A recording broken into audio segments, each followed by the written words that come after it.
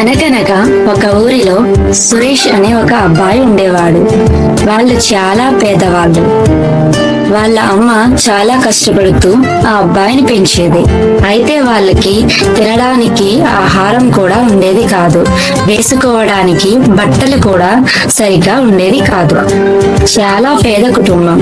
అలా ఉంటున్నప్పుడు ఒకరోజు వాళ్ళకి తినడానికి భోజనం కూడా లేదు.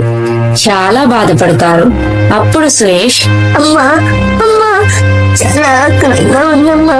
ఇప్పుడే స్కూల్ నుంచి వచ్చాను, చాలా ఆకలిగా ఉంది. ఏమన్నా భోజనం ఉంటే పెట్టమ్మా. నాన్న, మన పరిస్థితి తెలుసు కదా. స్కూల్లోకి నీకు అన్నం పెట్టడానికి చాలా కష్టపడుతున్నాను.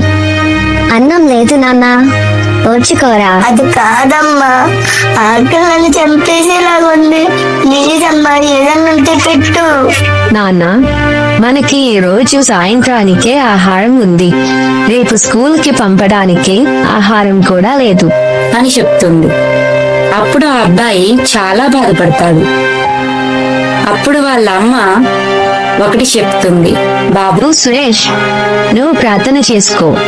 యేసయ్య నీకు సహాయం చేస్తాడు, మనకు ఆహారం ఇస్తాడు అని అంటుంది. సురేష్ వెళ్ళి, ప్రభువా, చాలా ఆకలిగా ఉంది, ఆహారం పెట్టేశాయా, చాలా ఆకలిగా ఉంది.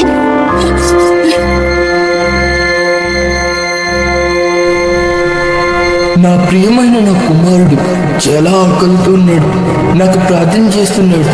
పాపం నేను వెళ్ళి ఆ పిల్లవాడికి సహాయం చేయాలి. ఇప్పుడే వెళ్దాం.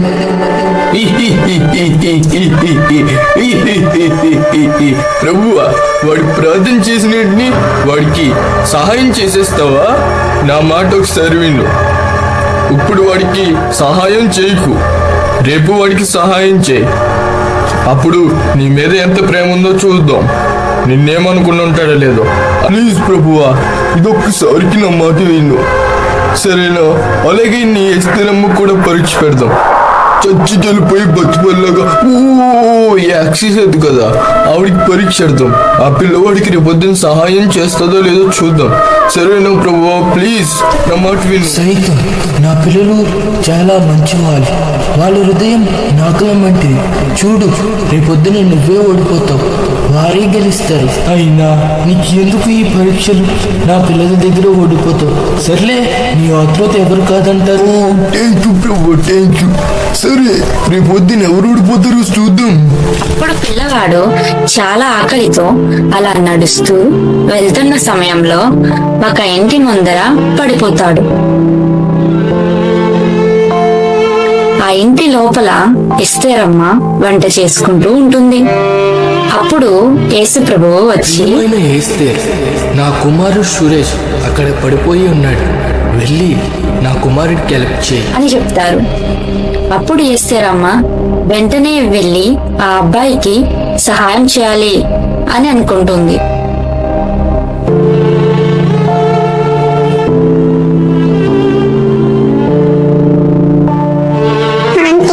చాలా ఆకలిగా ఉందంటే నేను ఆహారం ఏమీ తినలేదు, అందుకే ఇలా పడిపోయాను. చాలా ఆకలిగా ఉందంటే నేను ఆహారం తీసుకుని 2 రోజులు అవుతుందంటే. బాబు, నేను నీకు సహాయం చేస్తా, ఇక్కడే ఉండు, నేను నీకు ఆహారం తీసుకొస్తాను అని చెప్పి ఇంట్లోకి వెళ్ళి ఆహారం తెచ్చి ఆ బాబుకి ఇస్తుంది.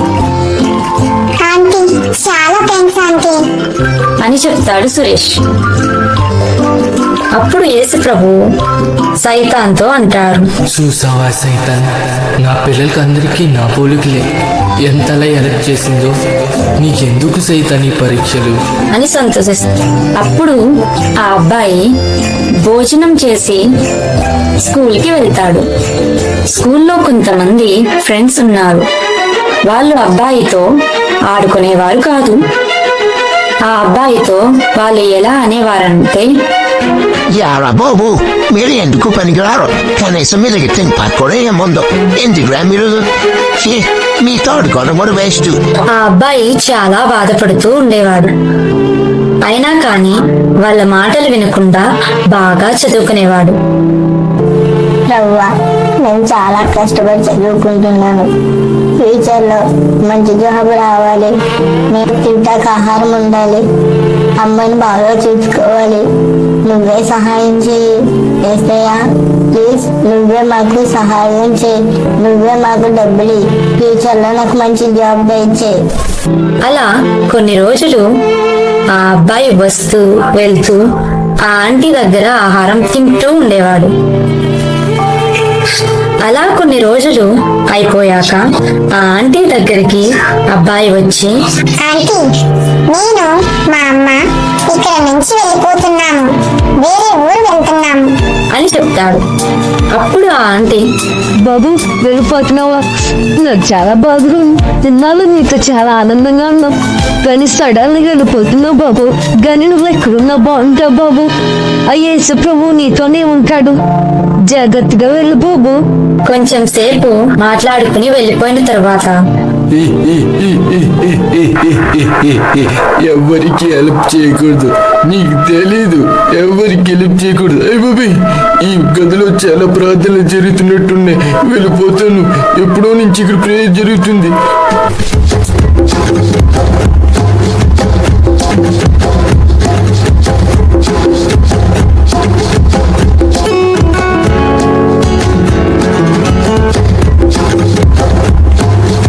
అలా కొన్ని రోజులు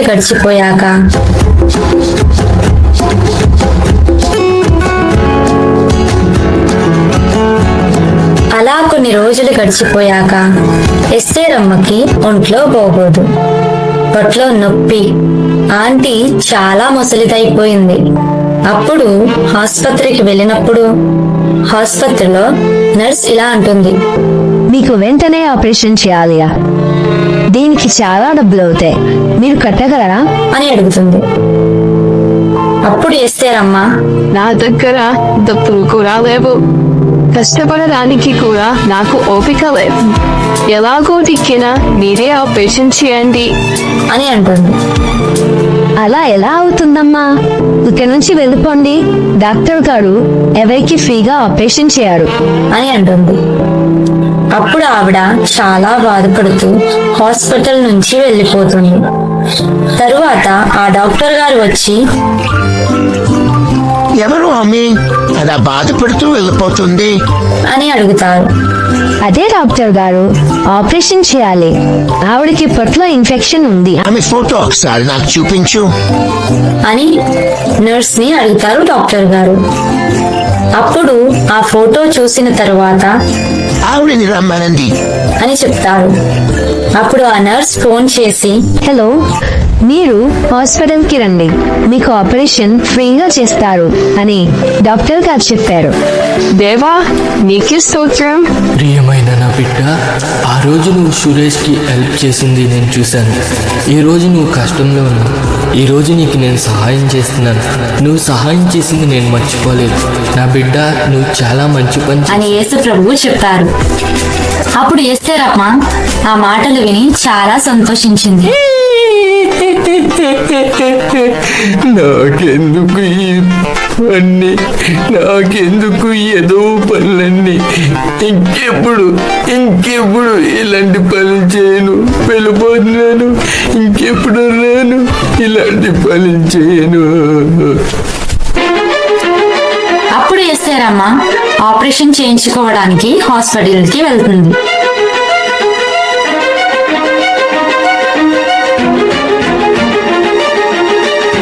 ఆపరేషన్ అయిపోయిన తర్వాత డాక్టర్ గారు వచ్చి, ఆంటీ ఎలా ఉన్నారు?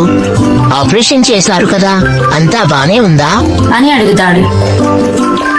అప్పుడు ఎస్తేరమ్మ, అంతా బానే ఉంది, నా దగ్గర ఇవ్వడానికి డబ్బులు కూడా లేవు, ఫ్రీగా ఆపరేషన్ చేసినందుకు చాలా థ్యాంక్స్. ఆంటీ, నేను సురేష్ ని. ఆ రోజు మీరే నాకు హెల్ప్ చేశారు కదా. బాబు, నువ్వా? డాక్టర్ అయ్యావా? అని ఆంటీ అంటుంది. ఆ ఆంటీకి అప్పటి నుండి చాలా ఆరోగ్యంగా ఉంటుంది. పిల్లలు, ఈ కథ వల్ల మీకు అర్థమైంది ఏంటి? ఆపదలో ఉన్న వాళ్ళకి మనం సహాయం చేస్తే ఒకరోజు మనకి కూడా సహాయం దొరుకుతుంది. యేసు ప్రభు గారు చెప్పారు కదా, నిన్ను వలె నీ పొరుగు వారిని ప్రేమించమని.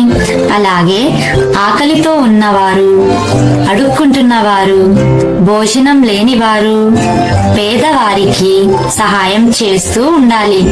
యేసు ప్రభు వారు చెప్పిన మాట మనం మర్చిపోకూడదు. సరే పిల్లలు, బాయ్. మళ్ళీ ఆదివారం 7 గంటలకి కలుద్దాం. అంతవరకు మన ఛానల్ ని సబ్స్క్రైబ్ చేయండి. పిల్లలు మీరు మార్నింగ్ నుంచి ఒకసారైనా ప్రేయర్ చేసుకున్నారా? అయ్యో చేసుకోలేదా? యేసుప్రభు గారు నువ్వు ప్రేయర్ చేస్తావని ఆయనతో మాట్లాడతావని చూస్తున్నారు. వెళ్ళి ప్రేయర్ చేసుకో.